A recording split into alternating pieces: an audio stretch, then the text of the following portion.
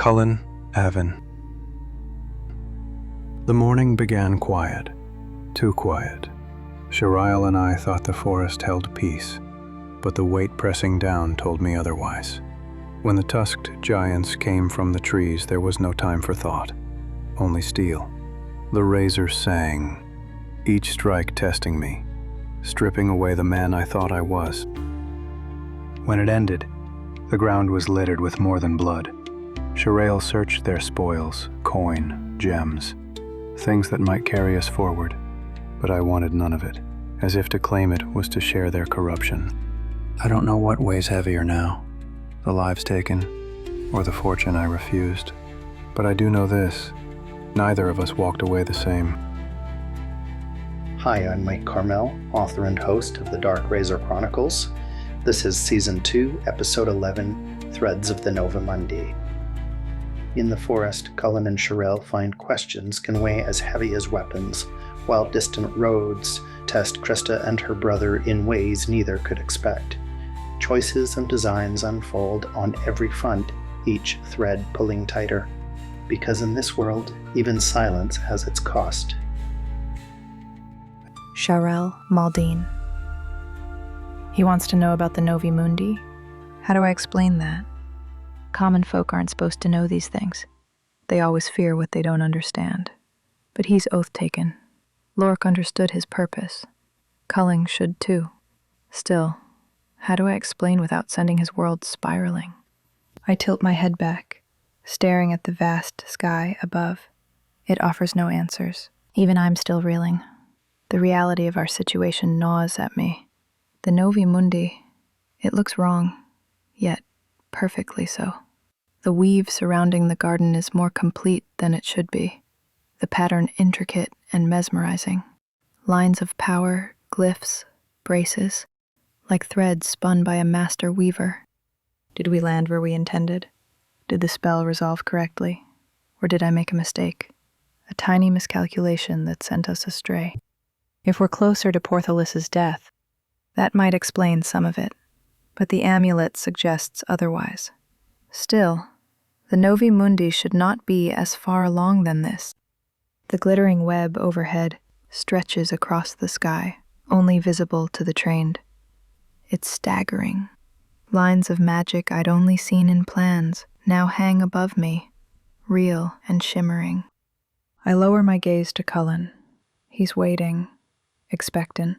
The weight of his stare is suffocating. The Novi Mundi is how the circles have chosen to rule, I say finally.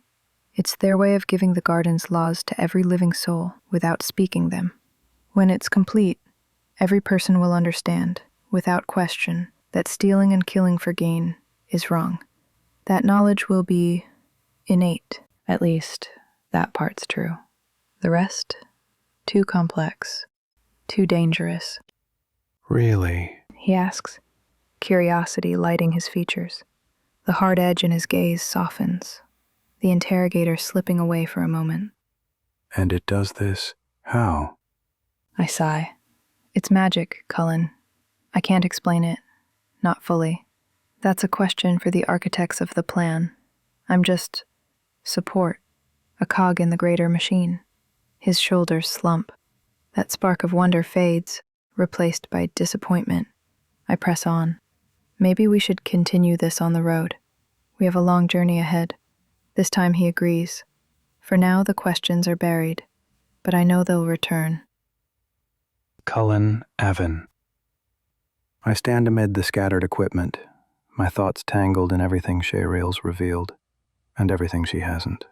I should focus on packing, on getting ready to leave, but my mind spins, stuck on the threads of magic, on oaths and ancient plans, on the Novi Mundi. I reach for the pistol crossbow, the cool metal strange in my hands. I first spotted it in the laboratory, hanging from the wardrobe's back panel, half hidden. The design is narrow, sleek. The prods are bolted to the rear, forming a U around the butt. The bowstring, thin but strong, crisscrosses through the body, looping around pulleys, dwarven graph iron if I'm not mistaken. The mechanism is intricate, finely crafted. I've used compound bows before. even crossbows, but nothing like this. It's a marvel. I pluck the taut string, feeling the tension reverberate through the frame. Even uncocked, the power is obvious. There's a front grip hinged onto the stock, and a rear cocking lever. The trigger juts from the right side. Odd. It's meant to be fired from the left arm, though most would shoot better from the right. An intentional design choice, a clue as to its purpose. A quarrel is already loaded, short, barely 6 centimeters, with thin leather fletching. More quarrels sit in a hidden compartment beneath, ready to slide into place. Ingenious.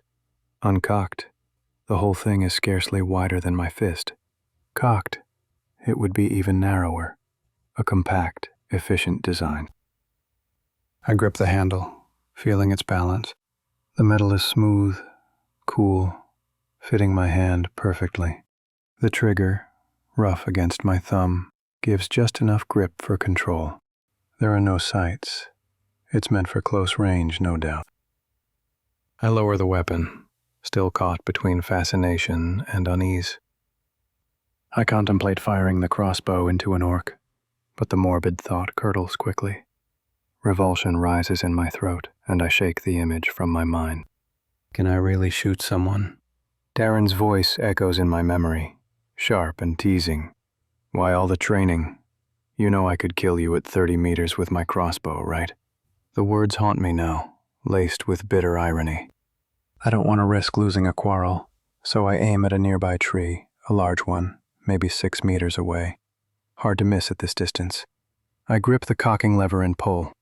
The motion strains my arm, resistance strong enough to test my strength. A kid under 12 wouldn't manage this. It takes real muscle. The bowstring catches, locking into place. A return spring snaps the lever back with a hiss and a sharp clack. The sound too loud in the still forest. I lift my arm, sighting along the length of the weapon. My aim is steady. I press the trigger with my thumb. A soft click, then a crack. The noise shatters the silence, startling me. My heart races as I glance at the crossbow, half expecting it to be broken. But no, the weapon's intact, and the bolt is gone. Krista Smithy, Episode 5, The Oath Sworn. Morning sits quiet after chores, just the creek jawing with its stones. Dan's already tallying in his head. Gin and Maury been coming round near every day now, going on a few weeks least. Gin don't challenge Lork no more, nor Jilly, that's Ma. We's had a busy morning of work in the garden, chopping the wood and doing up a bunch of other small fixes to the cabin that Lork got's on his list. He tooks us through the forms, the lines, the hold. We's doing a lot more than that first day. Did I say the forms? I did, yeah? That's right. He's been teaching us proper now. Forms that got's Gin and Maury showing up with bells on. At least a grin or two. We's all tuckered out from a hard stint of drilling. Dar is really putting on master's mask. I'm thinking he likes to instruct. And more than just me and Dan is a treat for him. Ma comes to the door. Inside, She says. We all looks at her like she got a horn on her head. I mean, inside. Don't nobody but us two been crossed that latch since the first night. But she's holding a deck of cards. And that gots me remembering nights with Mum and Da, when Dan were real little. wolves and hunters will play till sup. Dan's brow goes up near to his airline. He likes games more in food sometimes. I can see he's near to wriggling. Gin, well, I can't rightly say just now. He seems happy enough, and Maury just looking about like he don't gets it. We file in, sits round the small table. 4 chairs for 6 bodies, so Stepdad drags the stool from the wash basin, and Ma gots another from under the counter. Cards slap on the wood like old friends. Stepma deals clean, steady. You all know how to play? Gin shakes his head, but I does. Peasant, scout, soldier, noble, master hunter, cub, wolf, alpha, direwolf, queen. Phases are on the corners. Mind your moons. Yeah, Gin mutters, already peeking like he means to cheat. We play the first round to make sure we all gets it. Stepdar leads with a soldier. Dan follows neat with a noble. Maury shrugs, tosses a cub like he don't mind losing. Jin slides out a wolf with that grin of his. Full Moon Corner shines bold. That flips it. Jin says before anyone else breathes. Wolf takes the noble. Dan frowns, already opening his mouth for rules, but Stepmar beats him to it. Correct. Wolf full against hunter half again. But mind the order, lad. Call it after the lay. Yeah, sure. Jin rakes the cards with his sleeve. Next hand I throw down a scout. Worth little, but it sets my teeth itching for a kill. Stepdar follows with a pack alpha, or proper. Maury laughs and drops the peasant. New moon. He says like it's a joke. Peasant double if it wins. Dan mutters, half to himself. Then Jin slaps the queen on the pile. Big grin. That's mine. Stepdar leans forward, one finger on the corner of the peasant card. Not this round. New moon beats one rank higher. That's the rule.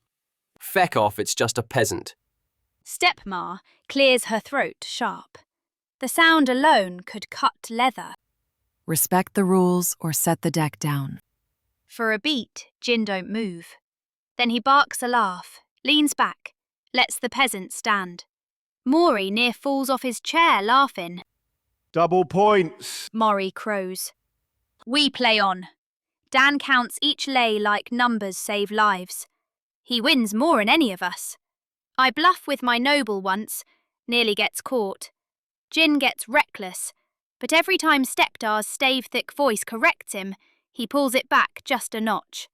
Maury wins tricks he don't even mean to, laughing like it's all just luck shining a face upon him. Halfway through, Stepmar rises to fetch water. Stepdar moves to help her, but instead of heading to the pitcher, he crouches by the bed. His big frame don't block the view proper, and I catch sight under the frame as he slides a chest closed. For a breath I sees inside. Sheaths. 6. Real blades. Leather grips worn by years. A pair of gloves tucked beside him. The lid shuts soft. He pushes the chest back with one hand and sits again like naught happened. My heart still thumps. I ain't sure if Dan saw, but his lips are moving numbers faster than usual. We keeps playing. Stepmar sets down the cups. Jin loses a hand, scowls, leans back from the table like he's stretching. His boots scrape toward the hearth. My eyes track him without meaning to. He stops at the cabinet, lets his hand rest on the door, thumb stroking the edge like he means to feel the grain. He don't open it, but he's close enough. Close enough the silver and red star behind the glass gives a glint like it knows it's being hunted. Jin says all quiet-like. Pretty thing. Bet it'd fetch a fair coin in town. Fortune, even. Stepdar's voice cuts the air, calm, flat. Only a fool would steal that one, lad. Jin glances over his shoulder, grin crooked. That's so? You gonna back that? I don't think it's a challenge. That's white circle issue. Oathbound. Steal it, and you don't just cross me. You cross every line that matters in this world. Maury shifts uneasy. Dan swallows. Even Jin's grin falters, just a tick, before he lets it return. White circle? Really? Stepdar nods. Well, good to know. He steps back, flops in his chair again like nothing passed. Stepmar gives Dar a real good looking at. A worry I ain't never seen on her before. It fades and she deals another round. Her eyes stay on Jin till the last card's down. We plays on. Tricks rise, full. Dan wins steady, Maury by accident, me by guts. Jin cheats once more, gets his knuckles wrapped by Stepmar's cloth, faster 'n you can blink. He laughs, but the laugh don't climb high. By the end, the score says Dan near doubled the rest of us.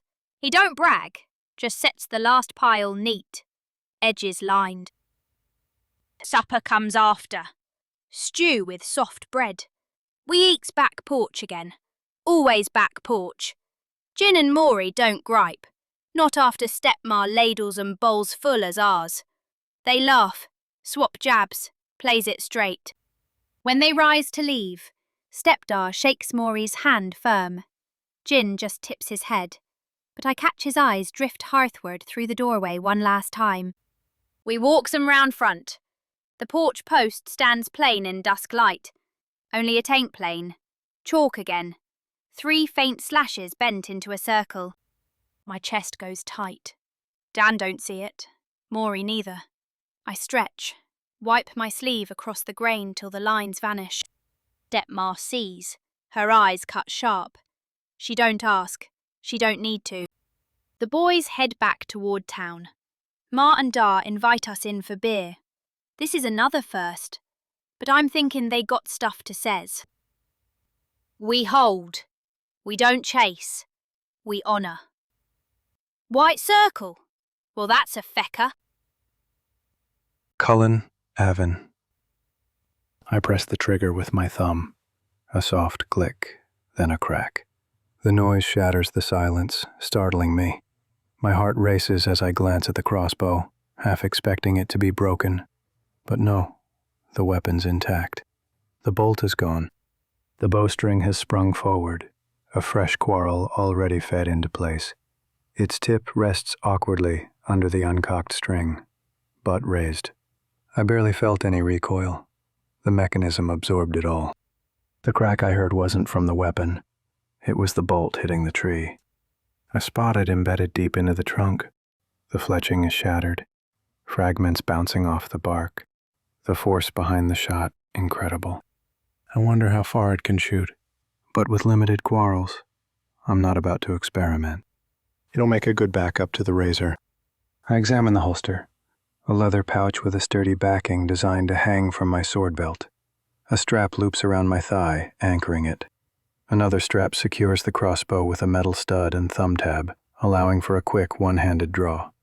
I attach the holster to my belt, though I hesitate. It'll interfere with parts of the tree of life forms. Not all of them. The 4th branch's brutal moves won't be affected, but enough to give me pause. Still, I fasten the thigh straps and test its hold.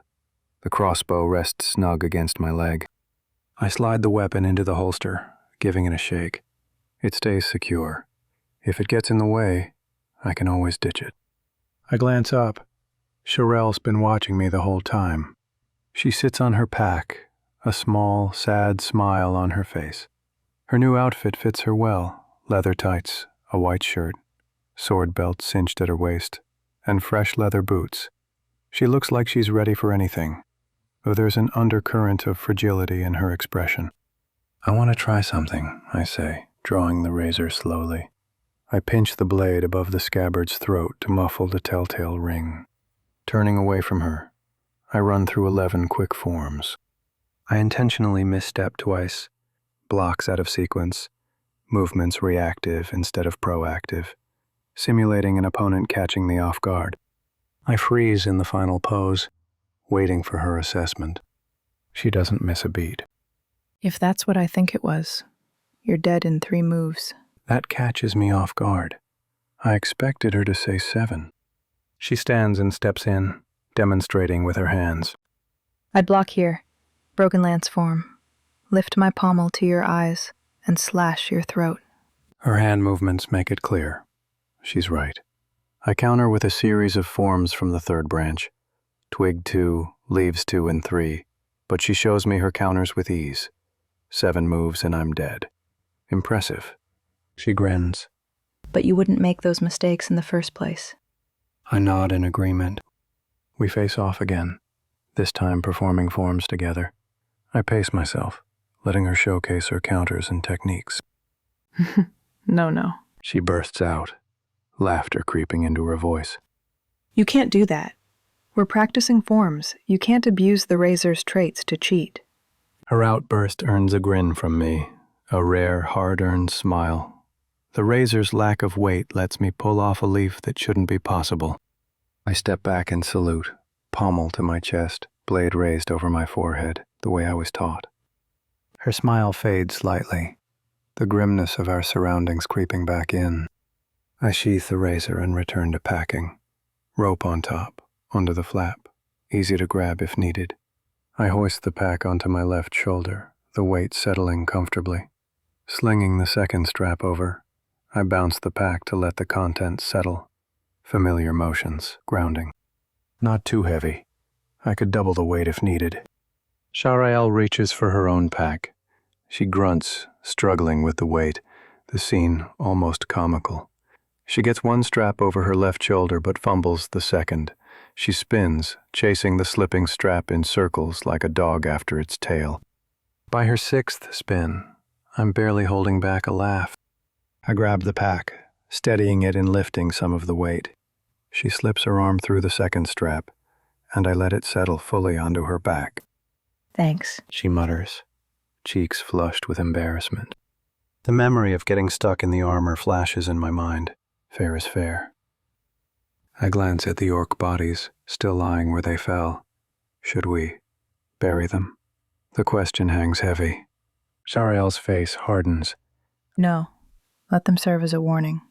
A sign of the circle's justice. She picks up her knife, the same one she used to cut the purses, and kneels beside the first orc.